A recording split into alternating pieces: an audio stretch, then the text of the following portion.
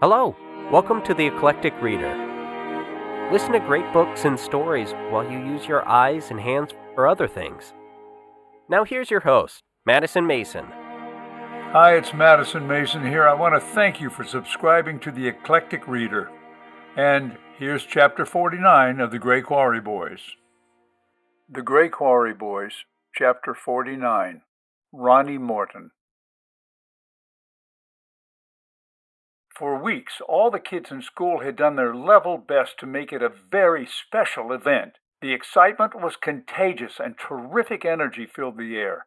It was the first major gathering since the beginning of school, the first chance for parents to meet teachers, for kids to show off their work, for all the preparations and rehearsals to bear fruit. Their banner bore a big red exclamation point at the end. Now it had come. It was the day of days. It was the Fall Festival! The Fall Festival was very important to Joey Morton's kid brother Ronnie, but it was especially important to the rest of Mrs. Burke's fourth graders, because they had been chosen to put on the Square Dance Jamboree. They had been practicing for weeks to get the steps just right, so the boys all bowed to the girls all at the same time, and the girls curtsied without showing their underpants. But the thing that made it especially important to Joey Morton's kid brother Ronnie was this night would also be the occasion of his very first date with a girl, and you better believe he was darn nervous about it. His big brother Joey was a romantic kid and always in love with somebody. All the 8th grade girls liked Joey a lot and thought he was real cute, even though he was new and had lived in some weird place called Okin something. And this same romantic inclination seemed to have passed on to his little brother Ronnie. Even in the 4th grade, he liked girls a whole bunch, which wasn't all that natural. Most of the other guys still thought girls were stupid. Ronnie couldn't help it. He just plain liked them. And it was his own idea to take a date to the Fall Festival. Probably no one else in Gray Quarry Elementary would have a date, but Ronnie didn't care.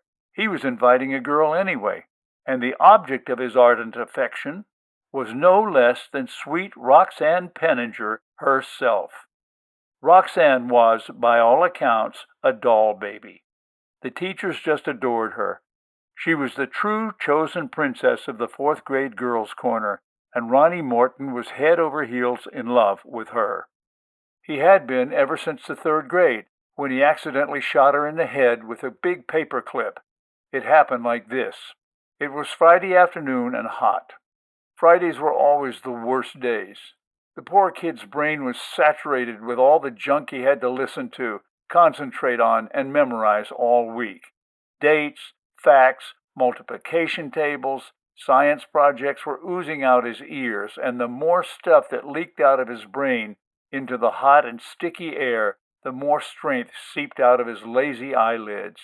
He stared dully out the open window to freedom and counted the seconds, praying like the rest of the prisoners for that long, lazy minute hand to crawl up the left side of that big round clock from 2:45 to 3 o'clock. But it was taking forever, and watching the syrupy second hand drag slowly round and round was hypnotic. His face was beginning to melt down his hands and drool onto his desk as Mrs. Burke's voice droned on and on. "Ronnie Morton, let's pay attention now." Ronnie snapped to, knowing too well the consequences of unpaid attention on a Friday afternoon. He'd cleaned blackboards and erasers after school for Mrs. Burke before. She wanted them clean. It was tough work when all the other guys were parking their bikes in front of Rodney's country store, and he didn't like it. He shook his head to clear the glue and took a deep breath, but something had happened to him. He came to attention too fast, and his wandering spirit didn't settle back into his body right. Or maybe he underwent a whole change of character in that brief moment of daydream travel and became another person altogether. But suddenly, he just had to perform some mischief and get away with it. He had to, and he only had a few minutes left in this school week to do it. What could it be? Mrs. Burke was yakking on and on about some guy named Cornwallis, which sounded like a pretty dopey name, so Ronnie rummaged through the dusty corners of his desk for inspiration. And then he saw just the thing, a huge paper clip and a thick rubber band. Instantly the whole plan unfolded itself in his fertile brain, and he set to work. The idea, roughly outlined, would be this. Make the paperclip into a missile, and seconds before the bell rang, just as the clock reached 3, aim the clip above the blackboard where the examples of cursive hand were thumbtacked to the wall, and thwacko! Everybody would jump, and before Mrs. Burke could do anything about it, the bell would go, and there would be no stopping the raging sea of kids out the door. Perfect. Like getting away with murder. Ronnie, usually a good kid, had no choice. He was now possessed. He had lost all control over his destiny. Too bored and frustrated, too pent up with dumb rules and books and maps and papers and traditions for too long on a warm fall day. So, Mr. Good Upright Boy now bent over the heavy gauge paperclip, twisting, turning, a devil at work on a devil's mission.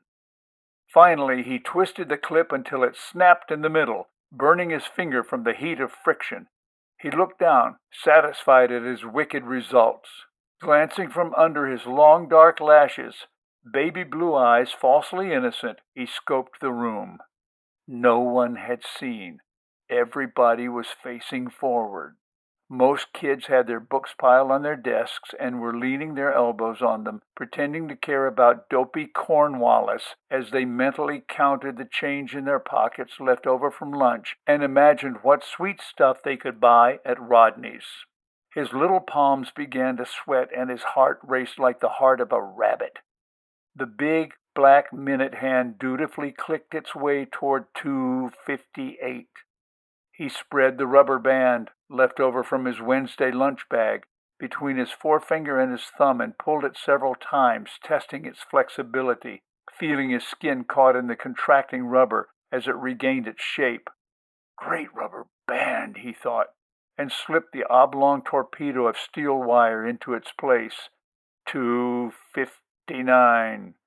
Adrenaline raced through his system, and he felt like he had to pee.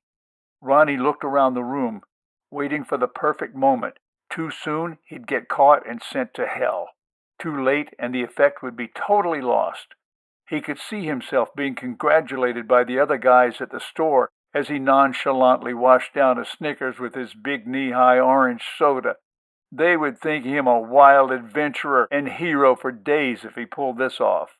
He could hardly breathe as the second hand swung past 35 and started its lazy climb to liberation. A deep preparatory silence fell upon the whole class while Mrs. Burke began putting her stuff away, and every eye bonded itself to the clock. He cocked the rubber band and aimed it over the top of his desk, judging the distance from a sitting position.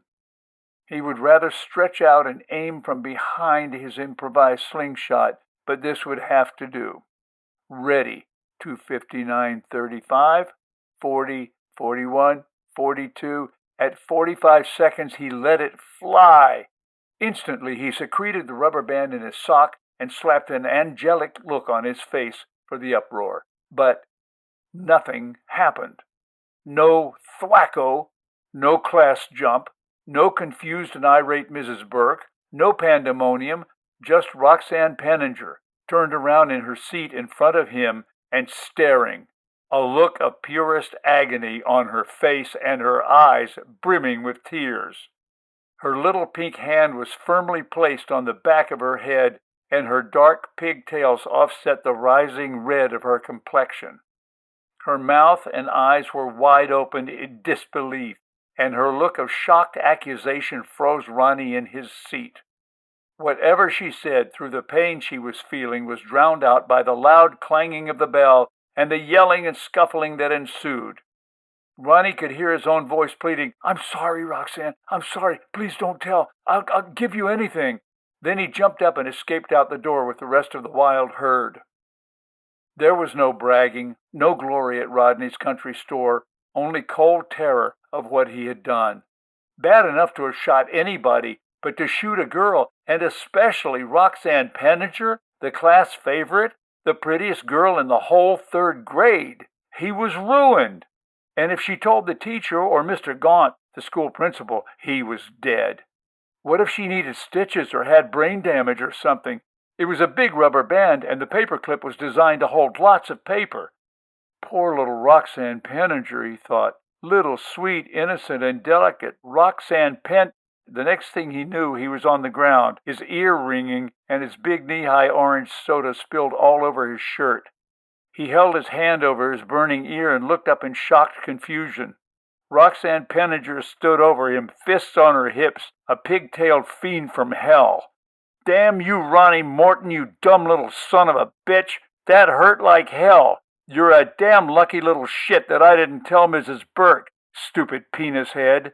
This language from Roxanne Penninger? The other guy stared in joyous disbelief. This was too great. "I don't know why I don't kick your dumb ass," cussed the favorite, sweetest little thing in the whole third grade as she dusted off her Scotch tartan dress. Nobody had ever seen the sight of her, and none of the boys dared speak. She reached down to help Ronnie up off the floor. "I'm sorry, Roxanne," he muttered humbly. "What did I ever do to you, wiener?"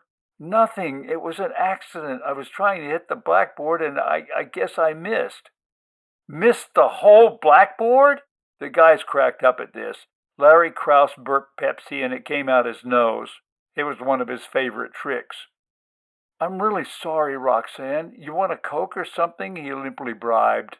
She grabbed his hand and pressed his fingers against the perfect part that separated her pigtail straight down the back of her head.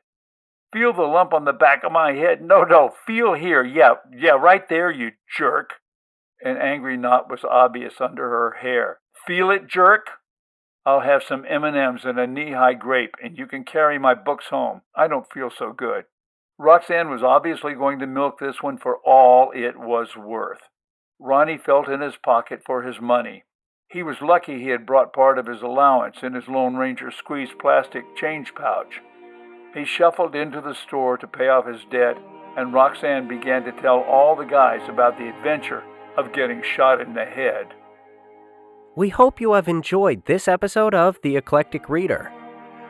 Please go on to the next numbered episode to continue. Also, check us out on YouTube, Facebook, and Twitter. If you'd like to help support the project, you can donate under Madison Mason at Patreon.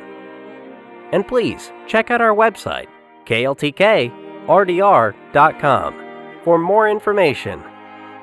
Hi, this is Madison Mason. I want to personally thank you for listening to The Eclectic Reader and invite you to share your experience, your thoughts, and your suggestions. We have many great books lined up for the future, but if you have requests for anything that is in the public domain, please email us at kltkrdr@gmail.com. kltkrdr@gmail.com